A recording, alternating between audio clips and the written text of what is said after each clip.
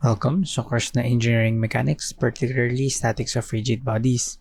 Pag-aaralan natin ngayon ay yung pagsasolve ng sample problems tungkol sa method of sections sa topic na analysis of trusses. So, ang method of sections, ginagawa siya kapag yung meron tayong kailangang members or particular members na yun lang yung kukunin natin, yung force or yung internal force niya. So, ang ginagawa doon, magka-cut tayo ng section. Gagawa tayo ng section cut dun sa truss. Tapos, ang sabi pa dito, 3 members.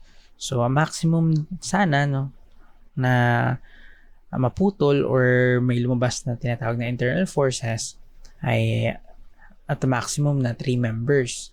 Tapos, isa dun syempre yung member kung saan isa-solve natin or kukunin natin yung internal force na nasa kanya. So, ang ginagawa, ika-cut into 2 parts yung truss, tapos gagawa tayo ng free body diagram ng each section. Or, pwedeng isang side lang, no? Depende. So, nabanggit kanina na 3 members dahil ang mangyayari doon, 3 magiging unknowns, 3 internal forces. Tapos din sa equations ng equilibrium, 3 rin yung equations of equilibrium. Ibig sabihin, 3 equations, 3 unknowns, pwede nating isolve yung problem. So, solve na tayo ng mga sample problems tungkol sa method of section. So, number 1, a mansard roof truss is loaded as shown. So, determine the force in members DF, DG, and EG. So, dun sa point A, so meron tayo dong hinge. Tapos dun sa L, so merong roller. Tapos yung mga point loads, concentrated loads sa B, D, F, H at J, so 1.2 kilonewtons. So, ang kukuning forces ay force sa member DF, DG, at EG. So, pwedeng i-cut dito. So, magkakaroon tayo ng section 1-1 or left or yung left side ng section 1-1. Tapos, pwede rin naman yung right side ng section 1-1. So, dun sa left side, so mga forces, external forces, yung 1.2 kilonewton na nag-act sa B, yun sa D, kasama na rin yung reaction sa A. Sa right side naman, yung 1.2 kilonewtons na nag-act sa point F, H, saka J. Tapos dun sa kasama rin yung reaction sa L. So, solve natin dito yung left side dun sa section 1-1. So, ang kailangan yung force sa member DF, DG, at EG. So, sa section 1-1 left side, so pwedeng gamitin isa sa mga equilibrium equation, yung summation ng forces vertical or vertical forces should be equal to 0 para maging equilibrium. When upward forces ay equal sa downward forces. So, yung upward forces, ang nakalagay dyan, yung reaction or yung vertical component ng reaction sa A. Tapos yung mga downward forces, yung 1.2 kilonewton sa B, joint B, tsaka sa joint D. Tapos nga pala yung mga internal forces, sinassume pa rin natin na tension. So, therefore, downward force yung magiging component or vertical component ng force sa member DG.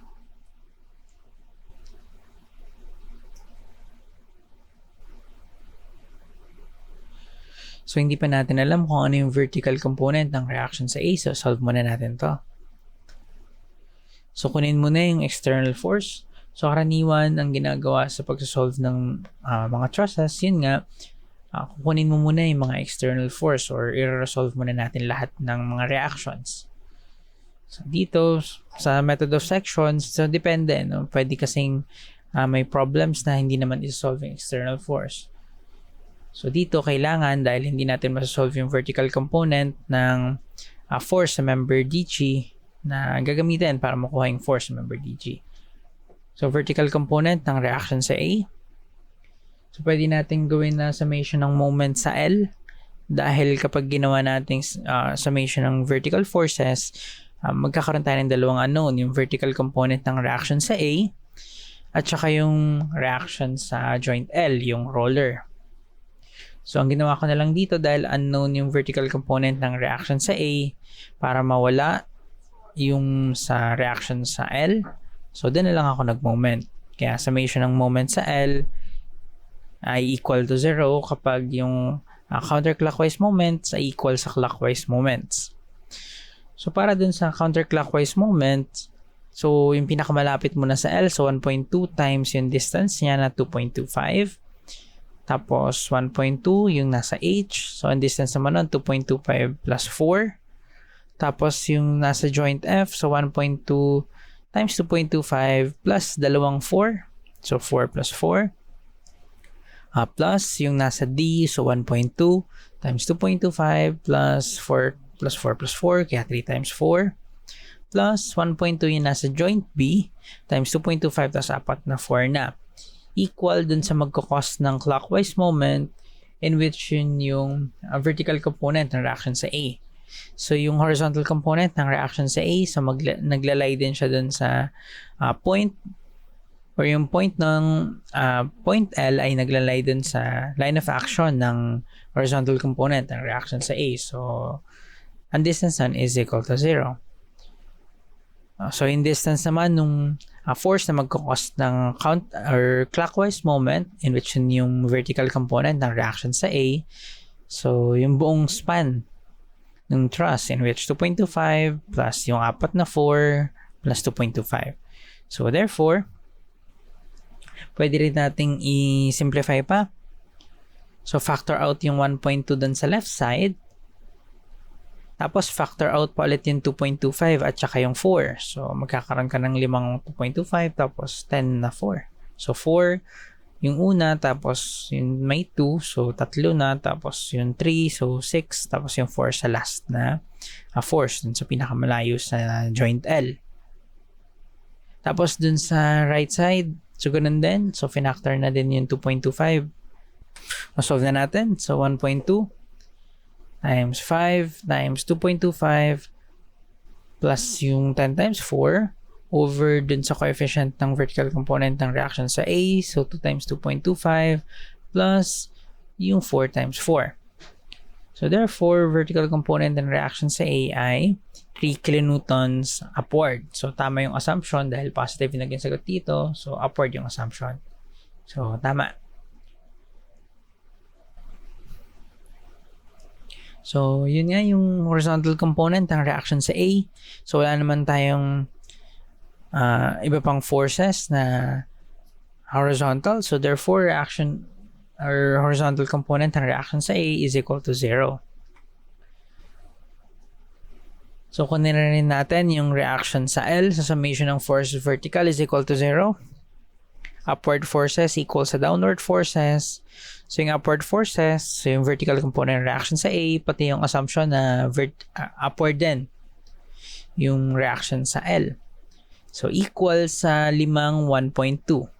So, 3 plus reaction sa L is equal to 6. So, therefore, reaction sa L ay 3 kilonewton. So, positive din. Kaya tama yung assumption na upward.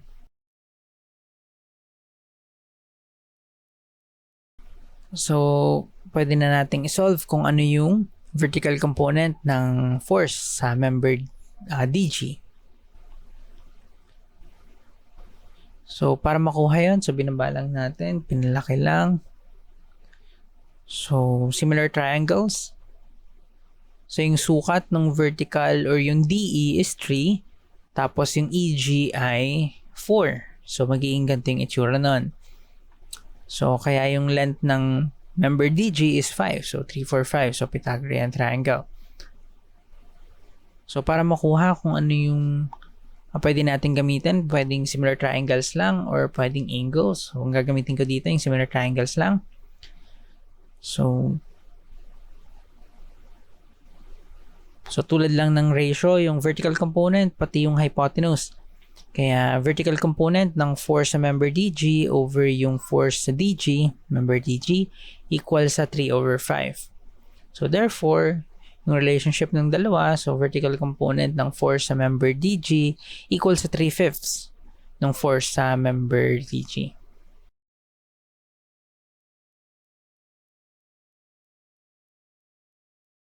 So therefore, dun sa original equation, yung vertical component ng reaction sa A equals 1.2 plus 1.2 plus yung 3/5 ng force sa member DG, yung vertical component ng force sa member DG. So 3 minus yung dalawang 1.2, so 1.2 minus 1.2. And then multiply sa 5/3 both sides. 5/3. So therefore, force sa member DG ay 1 kilonewton, taas positive yung naging sagot, kaya tama yung assumption na tension. So may isa ka ng sagot dun sa mga unknowns. So pwede nating i-try naman summation ng forces along the horizontal or summation ng horizontal forces equal to 0.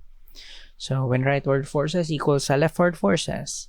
So yung rightward, based on sa figure, so horizontal component ng reaction sa A, yung force sa member DF, yung force sa member EG, tapos yung horizontal component ng force sa member DG, which is equal to 0 dahil wala kang leftward forces. So 0 yung horizontal component ng reaction sa A, yung force sa member DF tsaka sa EG wala pa. Tapos based dun sa triangle kanina, so 4/5 yung horizontal component ng force sa member DG, ng force sa member DG. So substitute lang yung 1. So hindi pwedeng gamitin tong equation na to, kaya ito na lang. So try natin summation ng moment sa D. So pag nagmo-moment ka, pwedeng nandun lang sa left na section or dun sa section kung saan ka nagsosolve, dun sa in-isolate mo, or pwedeng kahit dun sa kabilang section basta may point dun, no? So pwede kang mag-moment. Dito ang ginawa ko, nag-moment ako sa D para mawala yung tatlong forces sa equations natin. Dahil naglalay yung point na yun sa line of action ng tatlong forces na yun. Yung force sa member DG, force sa member DF, pati yung 1.2 kilonewton force, kaya sa moment sa D. Pwede rin naman na mag-moment ka sa G, based on sa figure. Ang mawawala naman doon yung horizontal component ng reaction sa A, yung force sa member EG, pati yung force sa member DG.